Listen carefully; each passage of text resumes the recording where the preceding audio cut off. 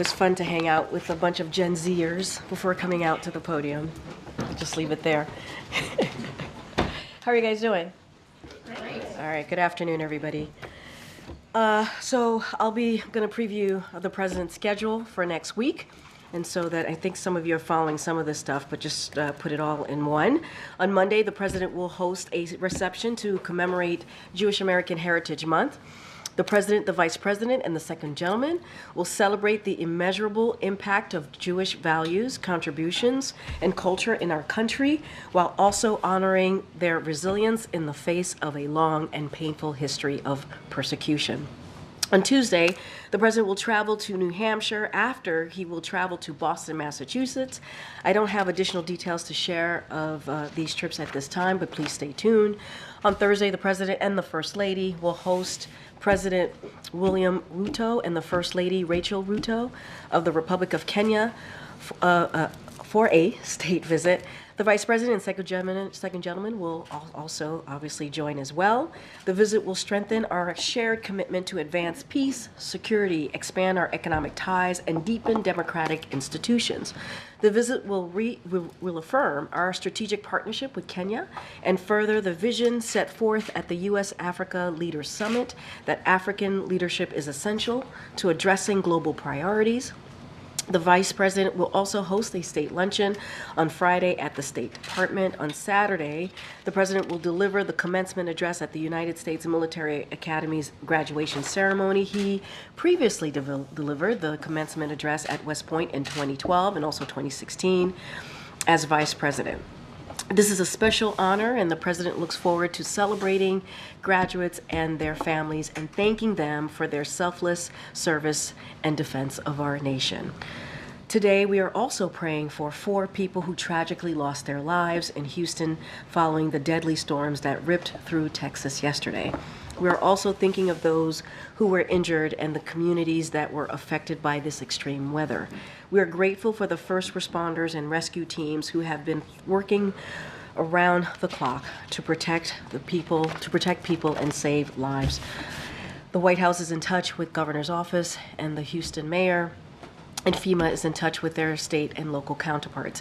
As always, we stand ready to provide federal assistance as needed. We continue to monitor the storm's path as it moves east, and more severe weather is likely across the Gulf Coast today. Residents in the affected area, as well as those in the path of the storm, should heed warnings from state and local officials.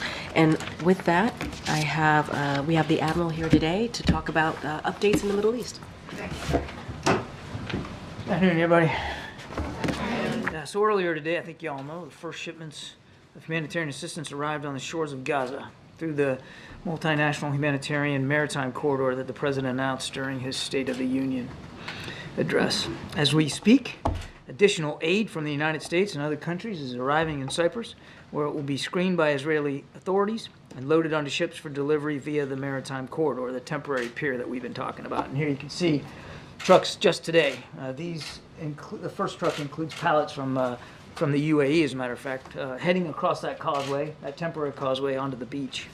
And once in Gaza, once on the beach, the aid will be distributed to those in need by the United Nations. So in less than 2 months, the United States was able to assemble a complex multinational logistical mechanism to facilitate the delivery of life-saving assistance in Gaza, to galvanize commitments from partners around the world, and to leverage the United Nations logistical capabilities to facilitate the distribution of this aid inside Gaza.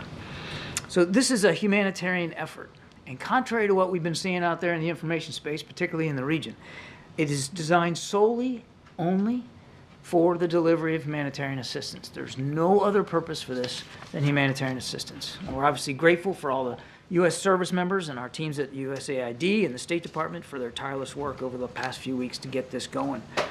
Through the Humanitarian Maritime Corridor, USAID plans to provide initial contributions of more than 170 metric tons of nutrient-rich food bars to support 11,000 of the most vulnerable children and adults, ready-to-use therapeutic foods to treat more than 7,200 cases of severe wasting in children, and nearly 90 metric tons of critical supplies such as plastic sheeting for shelter, jerry cans to hold clean water, and hygiene kits to support more than 33,000 people. And just today, As you're seeing here, we were able to get more than 300 pallets of some of that material in there. Now, today was just the start. It was the first day.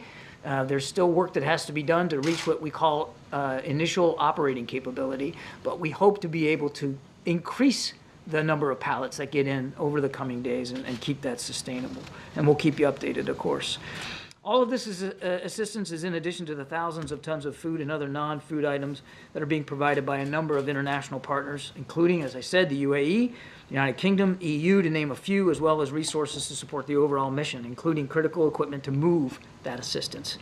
We anticipate an increase in the flow of assistance from additional countries and organizations, utilizing and steadily scaling up, as I said, the humanitarian maritime corridor every single day that goes by. In recent days, we've seen some progress in the number of trucks entering Gaza via the land crossings as well. Yesterday, more than 360 trucks moved into Gaza. Between April 5th and May 16th, an average of 176 trucks entered Gaza every single day. It's not enough. I recognize that. We all recognize that. But it is ongoing, and we're hoping to get it increased. Obviously, we're going to continue to work with Israel to that end. I do want to make one important point on this before I leave this topic. There is a robust security plan for this effort, and we remain vigilant to potential threats to our service members that are working on the pier and humanitarian aid organizations and workers helping with the distribution and the collection at the marshaling area on the ground. It remains a top priority. We're going to remain laser focused on ensuring the safety of everybody involved in this effort.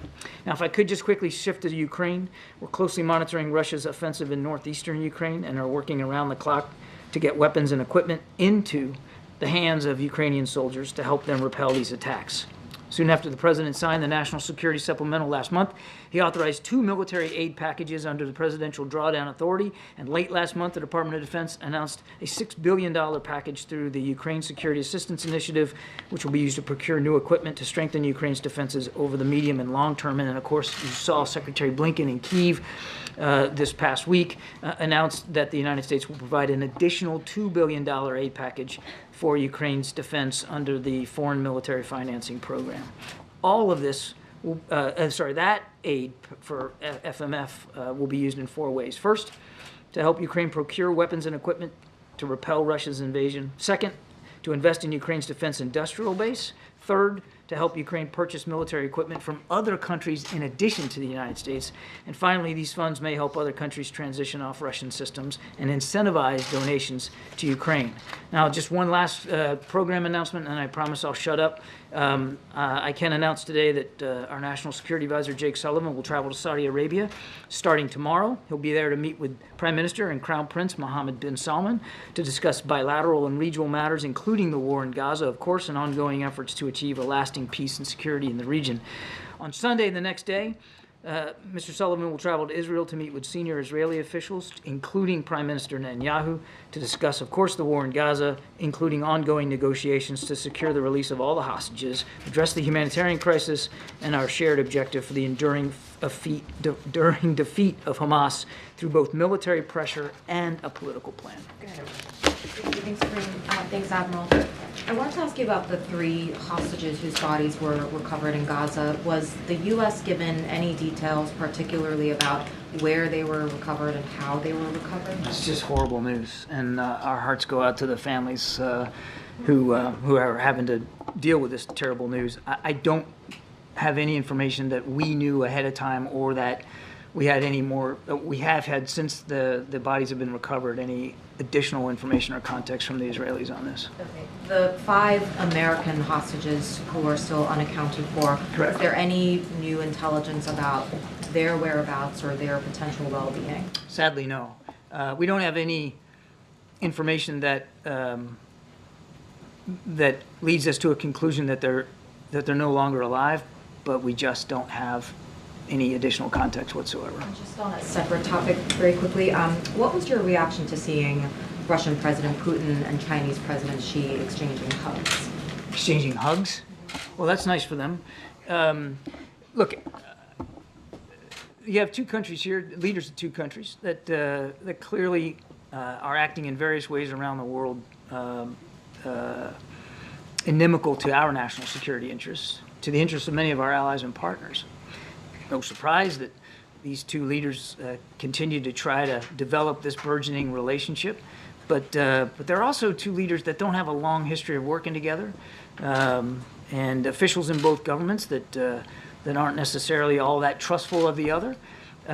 What they have in common is a desire to challenge the international rules-based order, challenge the network of alliances and partnerships that the United States enjoys and which President Biden has strengthened in his time in office, and to try to look for ways to bolster each other's national security interests as well.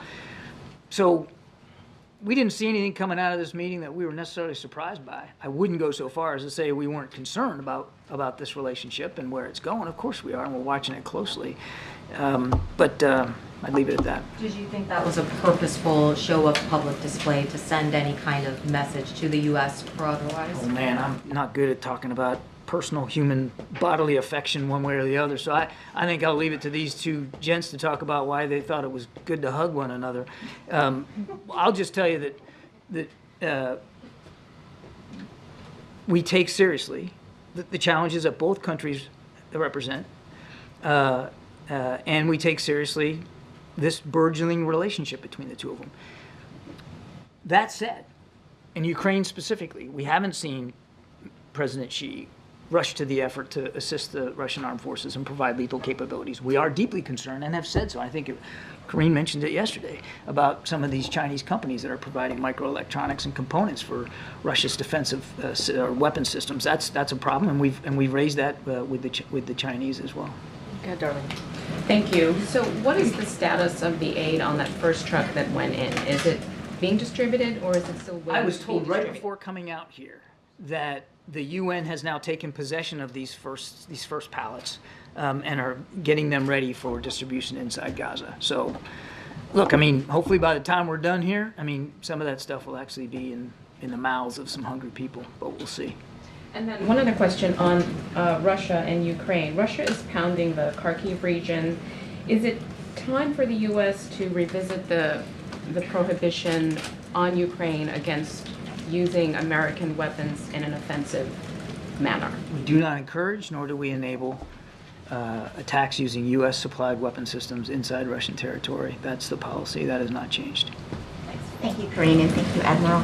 You just spoke about the importance of protecting humanitarian aid workers, and it's been a month and a half since the IDF released a report about the World Central Kitchen. Has the U.S.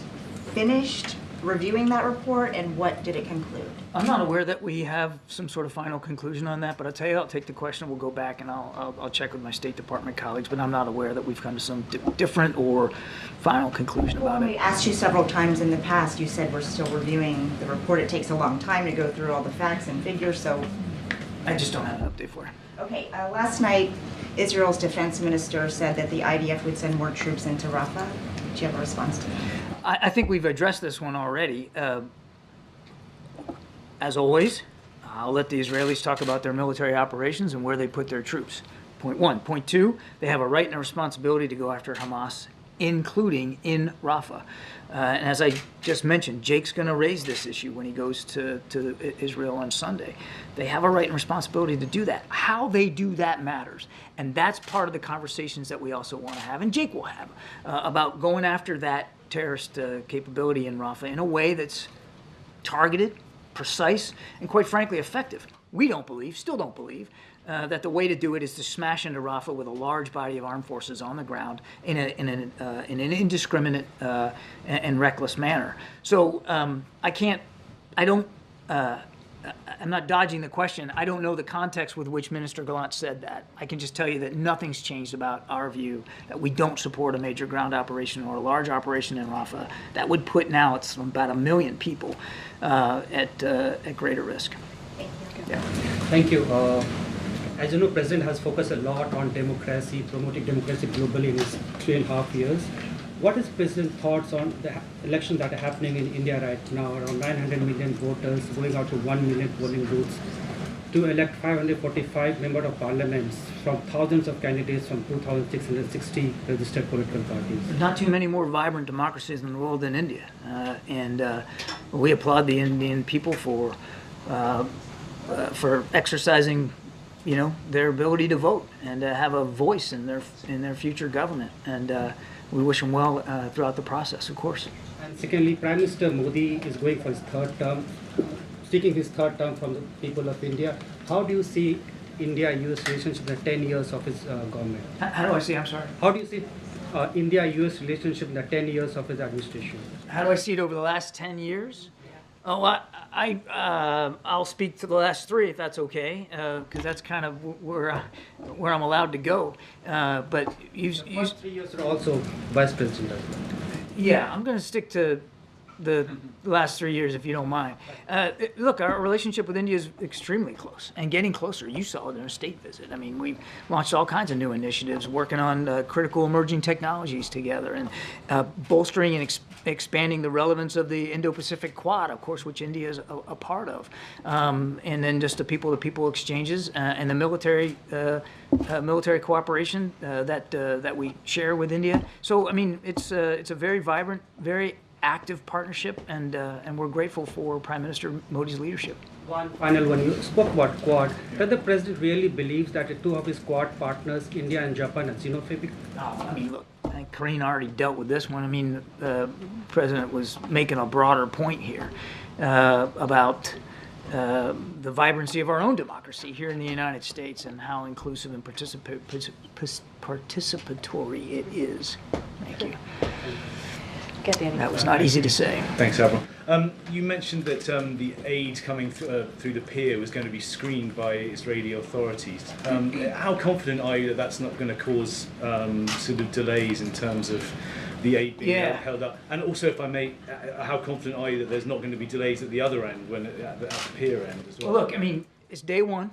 And as I just said, we've got indications here just before I came on out here that some of that aid was already moving into Gaza. That's pretty impressive for day one, just day one. The inspections are actually happening in Cyprus. And that's a really important component of this modular system that we've constructed here. So the inspections are happening before the ships even leave Cyprus and move on down to the eastern coast. I'm sorry, the eastern med, off the coast of Gaza. So right now, it seems like a very good system in place, but again, it's day one, so we'll take a look and see how it goes. Inspections being done in tandem with anyone else, such as the United States?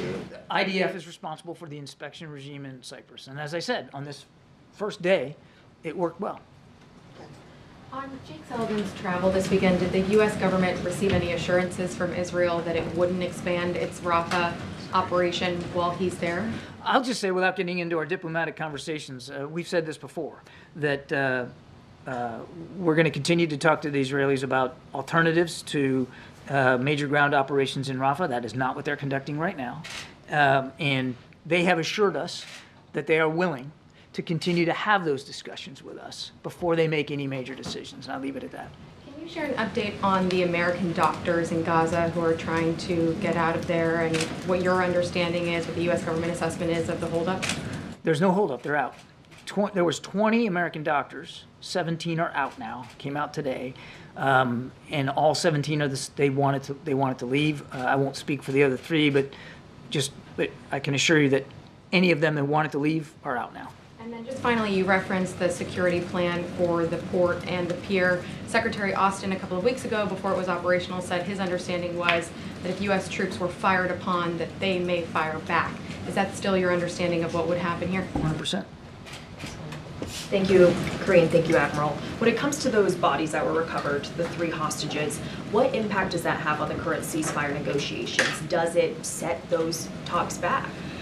I don't think we can say that right now. First of all, our focus, and I'm sure our Israeli counterparts' focus too, is on the families who are getting this horrible news. As you know, the talks didn't go anywhere last week. Unfortunately, we just didn't get to a successful conclusion.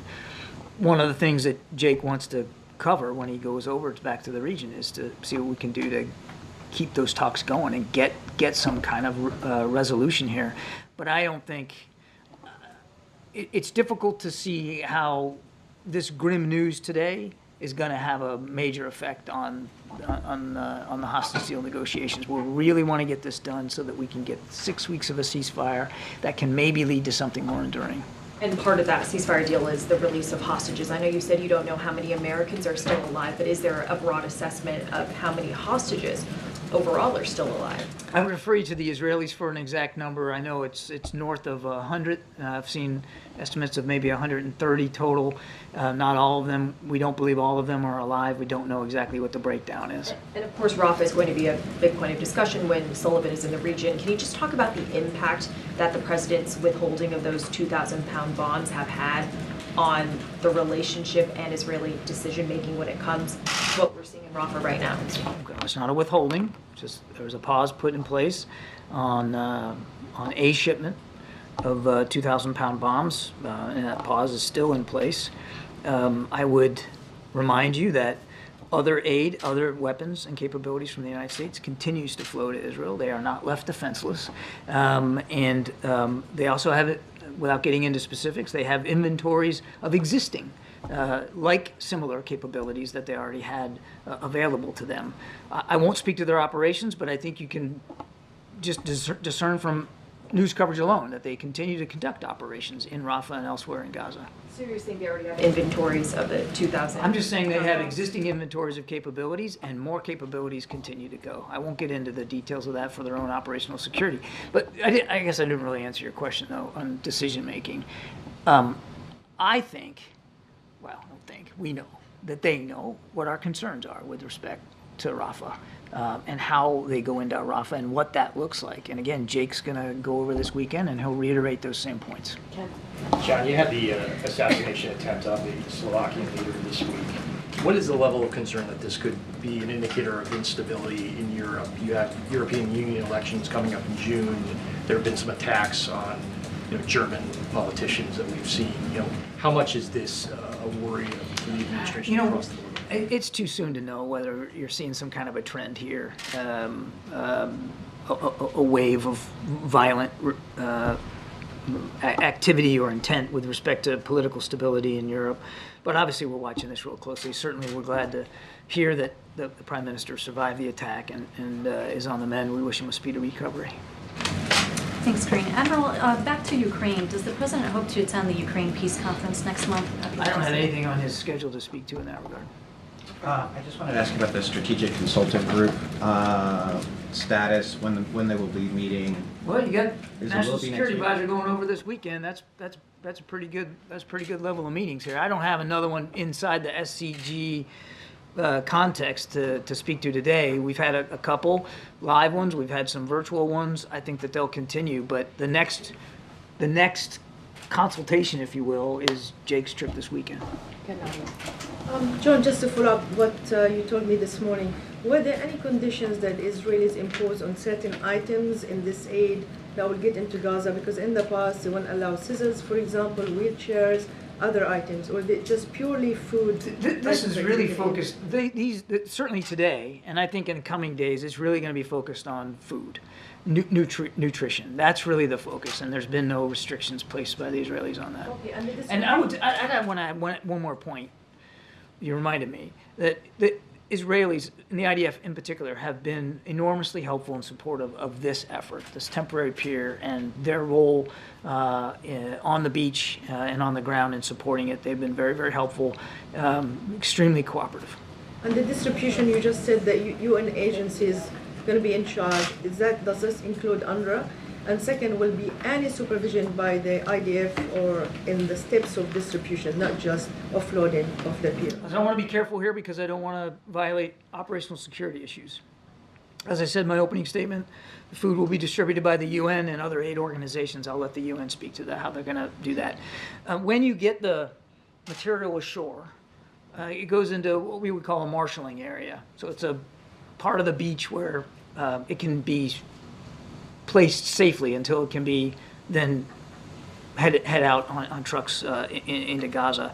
There, I would just say that there's an adequate security apparatus in place for that purpose, and I think I need to leave it at that. And finally, just focusing on the hostages, any confirmation that actually reports indicating that the bodies that they recovered today, Did the hostages were killed as far as December? They were not killed recently. I don't have that level of information. I don't know. Nandita. Thank you, Karine. Hi, Admiral. Just quickly to follow up on the military pier, are U.S. troops guarding it on the ground? There is not on the ground. So, as I said in my opening statement, there are no U.S. service members in Gaza. There is a small U.S. military component on the pier itself.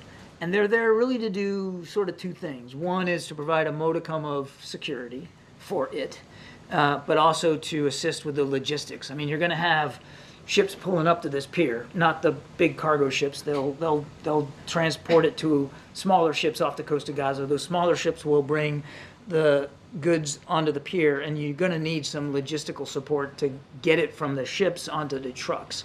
So there's a small footprint of U.S. military on the pier, but they will not go into Gaza. How many when you say small? I think I'm going to let the Pentagon speak to the numbers. I don't want to violate that, but it's not a huge number. And why is the U.S. confident that Israel will not strike any of the vehicles that are taking aid in? I understand you said that they have been extraordinary but cooperative. have they offered explicit assurances that they will not? I mean, because they attacked the World Food Kitchen cars that were carrying aid. And they investigated, and they fired people that they thought were at fault, and they apologized for the mistake, and they have tried to improve their deconfliction processes. We are not worried about the Israelis striking the convoys of trucks that are coming off of that pier. They are actually participating in helping marshal that material ashore and then get it into Gaza, so that's not a concern. Okay, Patsy. Thank you, Karine. So just to clarify, John, the Israelis and the American soldiers, the small footprint of American soldiers, will be working together to marshal these areas. There is a small component of U.S. service members on the pier. There are no Israeli Defense Forces on the pier. And so is there anything more that you can preview on President Ruto's visit next week, especially in terms of shoring up partnership against China's influence on the continent? We'll have more to say on the state visit as we get closer to it. Okay, and then just one more, and feel free if you want to take this one, Karine. Many of those protests on campus have linked the Palestinian cause to activism of other global injustices, including racism against African Americans. And so you both have said often that the president understands the emotions behind these protests. But I was wondering specifically, as the president is ramping up his outreach to black voters, is he aware of and sensitive towards the black community and how they might see a common parallel of injustice between themselves and Palestinians? Let me take this. Let's let the Admiral finish what he came That's to do, and then I'll take some. that's definitely not a question for me. Go ahead. We'll take a couple more. Go ahead. What is your current? The young lady. Oh. Yep. Thank you. John, you mentioned the U.S. providing some security. I thought the IDF was going to be providing the security, but is there a small component of U.S. forces that are also there providing some security? There's a small component of U.S. service members on the pier, as I said, that will be helping with force protection, of course. I mean, I'm not going to speak to the number. I'll let the Pentagon do that. And then there's still U.S. forces or U.S. troops offshore in addition to those on the pier. There's a Navy component. There's a Navy assistance in getting the material onto smaller vessels out further away from the pier, well off the coast, so that those smaller vessels then can transload the material onto the pier. I mean, you've seen the pictures of the piers. It's not practical to bring a big freighter cargo ship up against that thing. I mean, it's anchored to the seabed, but it's temporary. It's not, not concrete piles in there. So what we do is we take the stuff off the bigger ships, all well off the coast, put it on smaller U.S. Navy vessels. Those smaller U.S. Navy vessels will bring it into the pier and offload it so it can get onto trucks. And just overall, this area has been targeted before by a mortar attack. What is the administration trying to do to prevent and deter an attack from happening again, and what efforts are being done to protect those U.S. forces there? Part of my being up here today is a little bit of that, to make it clear what this is and what it's not. And there's been some bogus stuff out there in the information environment, particularly in the region, that this has some sort of military capacity or operational capacity for the IDF, and it just doesn't. It's nothing more than humanitarian assistance. And we've also passed that message back through the appropriate channels to Hamas so that they understand exactly what this is. And look, showing pictures, you all can get online and see what it is. I mean, we're making no secret about what this thing is and what it's not. Just a couple more. Thanks, Karine. Admiral, I know this is day one, maybe closer to hour one of this peer initiative. But but you know, even at full capacity, it'll only be a fraction of the amount of aid. Is the United States working on or negotiating, figuring out other methods of getting additional aid in via other avenues? Well, look, there's no better way to do it than the land crossings. There's just not. And before the war, there was 500 trucks going in a day over a course of different crossings, and we want to get back up to that level if we can. Now, that's a tall order, I get that, and we haven't been able to even get a sustainable 300-plus trucks in a day. But it's important that Rafah open immediately. Other crossings are open, but there's been challenges with getting some of that aid through those crossings, particularly protest activity on the Israeli side. And those delays, those problems have got to be solved. And I have no doubt that Mr. Sullivan will raise those issues as well when he's over there. But this is meant to be additive, this temporary period. Additive, not an alternative. There's just no alternative, really, to getting trucks in on the ground. Okay, Brian, you have the last. Hey, Admiral. I have a question about the death toll in Gaza. Does President Biden have confidence in the casualty numbers coming out of Gaza? The president watches this very, very closely, and you've heard him talk about the more than 30,000 people that have been killed, and he said the majority are women and children. He's also said that's unacceptable. And as we've maintained time and time again, the right number of civilian casualties ought to be 0. But in terms of, you know, what specific number we're quoting or citing on any given day, I mean, we're doing the best we can working with the Israelis to ascertain the scope of the civilian suffering, but it's obviously immense. Has his confidence in the numbers coming out of Gaza increased since late October when he said he had no confidence in the numbers? You've heard the president talk about the numbers and talk about the concern. And the most important thing, aside from obviously how tragic that is what we're doing to alleviate and help improve conditions in Gaza, including through this temporary period today. Thanks, everybody. All right, thanks, Admiral. Thank you. Thank you. All right. Okay, Darlene, I don't have anything else. Great, thank you. Does the president, who is a former chairman of the Senate Judiciary Committee, agree with the current chairman of the Senate Judiciary Committee that Justice Alito should recuse himself from 20 cases involving the 2020 election or January 6th because of the reporting of the upside-down flag flown outside of his house? So obviously we've seen the reporting, and I don't want to comment on the specific report on that reporting. What I can say more broadly is that the president believes that the American flag is sacred. You've heard him say that, and is owed proper respect and honor of the brave men and women who have defended our country for generations, and we should be respecting that flag. We should be making sure that it is respected in that way. It is sacred. As for anything else, the conduct or recusing himself, that is something for the court to decide. I just don't have anything else to add, and just want to be very clear. The American flag is sacred. That is something that the president believes in, and you've heard me say this before at this podium many times. Can you give us a sense of how the president will use his time at Morehouse on Sunday? Will there be any news in the speech? Will it be more of a lofty, go forth and prosper kind of speech? Can you give us a sense of, without getting specific, because I know you don't want to get ahead of the president. I don't want to get ahead of the president, no. So look, he takes these commencement addresses incredibly seriously. He understands the importance of him being the president and obviously commander-in-chief when he speaks to the West Point graduates later this month.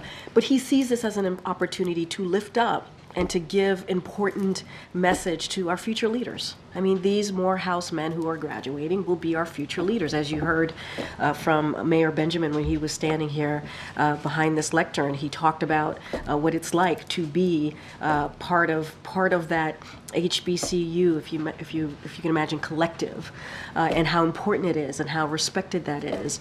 And so, look, he'll have, I think, some important message to share for these future leaders. He'll have themes in his remarks, in his commencement remarks that he'll share with them. He's been working on these remarks for the past couple days, I can assure you, with his senior advisors. He's taking this incredibly seriously, and he understands, as the president tends to do, meet the moment that we're in. I won't get beyond that, but I would say stay tuned. I think it will be a moving commencement address. I think it will meet the moment, and I think you will hear directly from the president on how he sees, obviously, the future of this country and also the community that they represent. But again, as you just stated, I'm not going to get ahead of the president. Go ahead, Risha. Thanks, Karine. I'm going to try again. On Morehouse? Not on Morehouse, Okay. no, on the flag. Okay. So, given the flag incident, does President Biden believe that Justice Alito can rule with impartiality for all the cases involving January 6th? So look, and this is something that I have spoken to the president about, and basically what I laid out is how he feels is that the American flag is sacred, and we should be respecting that flag. I do not want to get into the business of the specific actions that Supreme Court justices, if they should recuse themselves or not on a court. That is something for the court more broadly. They have to make that decision. That is something that we're not going to step into. We're not going to comment from here. But more broadly, we can say from the reportings that we have seen that we believe that the American flag should be respected. It should be. If you think about the brave men and women who have sacrificed, given their lives to protect our nation, that is something that we will always say and be really, really clear about. I cannot speak to if he should recuse himself, how he should move forward in the court. That is for the court to decide. Okay, on another topic, did President Biden... Wow, you just seem so disappointed. It's like, oh, Karine, no, we're going to move on. I understand you can't, that you're not going to engage. Sorry to disappoint you, Nisha. No, it's okay. So, did the president see the confrontations from the House Oversight Committee meeting yesterday? So I have not talked to him about if you've seen it. What we can say, and I think this is something the president would agree upon, which is, you, as someone who was a senator for 36 years, he believes that people should respect each other, treat each other with dignity and civility. I'm not going to speak to what happened, obviously, in that hearing, but what we can say is someone who, a president, as I just stated, was a senator for some time, who knows how that place works. I think you have to treat people with dignity. You have to treat people with respect. It is important. It doesn't matter which side of the aisle you sit on. It is important to do that because you are there to work on behalf of the American people, and that's probably all I can share at this time. Thank you. Monica. On Morehouse, you said the president is going to meet the moment. Does that mean he's going to specifically address some of the concerns that students there and faculty have raised about his handling of the war in Gaza? I will say stay tuned. Okay. And then what was the president's reaction to Senator Romney saying that the president should have pardoned Donald Trump after the Justice Department brought those indictments against him, or that he should have pressured New York prosecutors not to pursue the ongoing hush money trial? The current president of the United States getting involved in an ongoing legal case? Current sitting senators saying that the president should have pardoned him. I mean, we're just going to let the process move. We would never interject ourselves in a criminal legal proceedings. It's not something that we do from here. Okay. Thank you, Karine. Sticky fingers. Yeah. That's what you called yourself. You said you had. Well, I kept dropping my notebook. I'm just so excited to be here today. There is a billionaire, Ray Dalio, quoted by the Financial Times. He's saying now that the chances of a civil war in this country are around 35 to 40%. Do you think the chances are that high? I mean, I'm not in a place to give probabilities, or I don't gamble. I don't spend my time in Vegas, so I couldn't speak to that. But what I can say is the president has been really clear about the need to continue to fight for our democracy. That is one of the reasons he jumped into the election back in 2019. What he was seeing across the country, what we're seeing obviously in Charlottesville, and what he saw there, the vile, the hatred, and it was concerning to him. And so, but, you move forward, and from there to January 6th of 2021, that was a very scary time in our democracy. That was a stain on our democracy. What we saw happening at the Capitol, rioters of 2,000 rioters wanting to turn over a free, fair election. So obviously the president wants to continue to fight for that, continue to fight for our democracy, fight for our freedoms, and that's where we're going to continue to stand. I can't give probability. I don't even know who you're speaking of. Okay. And then I have some on the big story today. Okay. What does President Biden think about the world's #1 golfer, Scottie Scheffler, being cuffed and then hauled in for a mugshot for what appears to be a misunderstanding at a traffic stop? So I've seen the reports of Mr. Scheffler's arrest. I just want to say that our hearts go out to the individual that was killed. Unrelated. Well, no, let me finish. In the auto accident that preceded his arrest, obviously someone did die. Someone was killed, preceded his arrest. That obviously he was not involved in. So I want to make sure that we share our condolences to that family and their loved ones. Anything else as specifics to his arrest, that would be something for local authorities to speak to. I think you guys have spent a good chunk of this week talking about how you don't want anybody to ever go to jail again for possessing marijuana. Do you think that somebody who was involved in what appears to be a misunderstanding at a traffic stop should be facing 10 years in prison? We've seen the reports. There's a process there. We have to let the legal authorities go to their process and how this all works. I can't comment from here, from the lectern, about something that's being looked into by local authorities. I got to be mindful about that. But let's not forget, someone lost their lives. Not obviously that preceded this, but there was an individual that was killed, and there's a family that's mourning a death of a loved one, and so we want to be sensitive to that as well.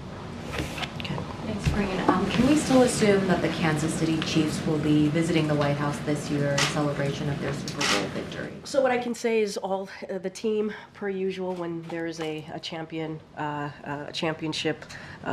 team gets invited. I don't have anything to add on if their attendance or how that looks, but the team is always invited. Everyone on the team is invited. I just don't have anything beyond that. So can you confirm, you said everyone on the team is obviously invited. Is the Chiefs kicker Harrison Butker welcome at this White House? What I can say, you would have to obviously.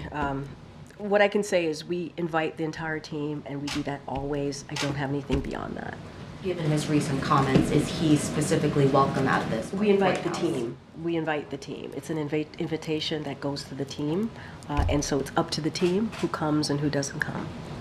That's the way it usually works. Thanks, Karine. Just going to take another stab at this. Which one? Which stab? So, is the president concerned that having a Supreme Court justice, someone who is in such a high position of power, displaying a flag in his house in such a way that that could fuel more extremism and division in this country? I just have to be really mindful when we're talking about the highest court of the land. We're not going to step into who should recuse themselves or not. That is for the courts to decide. To decide. What is the sense here about the wife's role here? Whether it is a Supreme Court justice, wife of a senator, or a president, should she be able and entitled to have her own political opinions and views without having them tied to her husband, or not? I don't have any comment on his wife.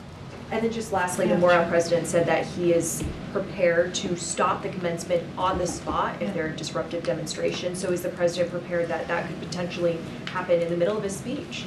So I'm going to let the president of Morehouse obviously speak to whatever procedure, whatever process that Morehouse wants to put in place.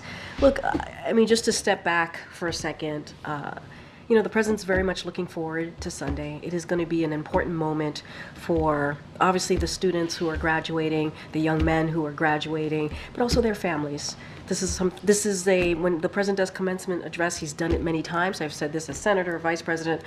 As president, you all know this. You have covered the president for some time in his different roles as a public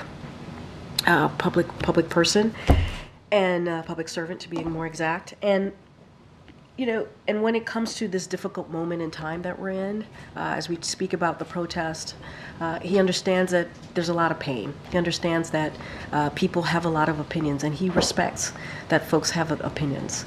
And you've also seen the president, when there has been protest, the president has treated those peacefully protesters very respectfully, in a respectful way.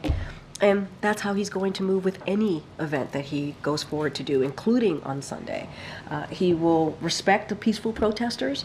It is up to Morehouse on how they want to manage that and move forward with that. But he's going to be respectful because it's not just the students, it's the parents, it's the loved ones who who want to be there to celebrate an important moment. And as always, we believe all Americans have the right to peacefully protest. And I'll just leave it there. Okay, Nandita. Just quickly following up on Mayor Benjamin's appearance yesterday. Yes. He said he traveled to Morehouse. He spoke to students there. He asked them what they wanted to hear from the president. And many of them said that they wanted to talk about the war in Gaza. And I'm just kind of trying to understand if the president plans to bring that up proactively during his speech, and what is his message going to be to those asking him to change his policy in the Middle East? So, a couple things. When the mayor was here, he did say he had a private conversation with students and others and faculty there. He said he wanted to keep that private conversation in private, so he was very mindful in what he shared from here yesterday afternoon. Again, in asking me that question, that is previewing the president's remarks. I am not going to preview his remarks. I will tell you more broadly at a 30,000-foot view that the president sees this as an important moment to give our future leaders some advice on how he sees the world, or how he could give them a little bit of advice on how to move forward in their careers, in their future. And so, not going to get beyond that. Does he at least proactively want to bring up this issue, especially because these students, as the mayor said, want to talk to him about it? You're going to have to tune in. You have to tune in. I don't know if you're traveling with us, but you're going to have to tune in. Go ahead, Kate. Who's helping him craft his speech? He's been doing it himself along with his senior advisors all week. Which advisors? The usual senior advisors. I know the vice president has I don't have a list in front of me to call out, but he has about a good more than handful senior advisors, so you can imagine any one of them have been in the room with him, helping him craft this important speech that's happening on Sunday. But I just don't have a list of names, but it is his senior advisors, and he's been working on it every day. That I can assure you. For this week, he's working on it? Oh yeah. Oh yeah, he's been diligently working on this and taking this very seriously, and wants to obviously hit the right tone, meet the moment. And earlier today at the museum, he said something interesting where he mentioned, as soon as I came to the office, I signed the American Rescue Plan, and I want to be political for a second because we're having problems. Not one Republican voted for it, not one. What did he mean by problems? Is it the message not breaking through? That, in your mind, do you think he was talking about? That's an interesting catch. I did not catch that in his remarks. I don't know. I would have to ask the president. But what I will say is, and I think that I do remember this in his remarks, which is the American Rescue Plan. Not one Republican voted for it. It helped turn the economy around. It helped open school, helped start small businesses, and I think he sees it as such an important piece of legislation. The first one that he was able to sign into law that made a difference. And I do know that he believes there are Republicans out there in Congress who try to take credit for that really important piece of legislation, and he tends to call them out, as you've heard him do so. Some of them actually benefited from the American Rescue Plan, which he has been very, very diligent on calling that out. And it was an opportunity for them to be on the right side of history, and they were not. And so he tends to call that out. Anything beyond that, I don't have any specifics or detail into that. Okay. Yeah, does the president plan to meet with any of the Morehouse students while he's down there, in addition to giving the speech? So we'll have more to share as we get closer to Sunday. Don't have anything for you at this time beyond that. Okay. Yeah, I wanted to kind of follow up on that. A lot of the messages to Black Americans that Biden is doing over the next couple days are at them. A speech at Morehouse, the speech at the museum, the speech in Detroit. I wonder if you can give any, sense of whether that information flows both ways. Is he asking questions? Are the Divine Nine, saying this is what we would like to see from your presidency going forward? Listening as opposed to speaking. I know you're saying at them.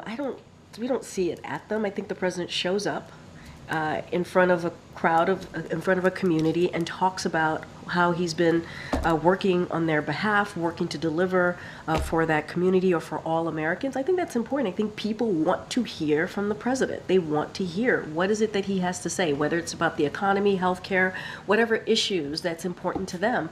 And I think the fact that the president shows up at the African American Museum is important. The fact that the president, is here, is talking to the Divine Nine.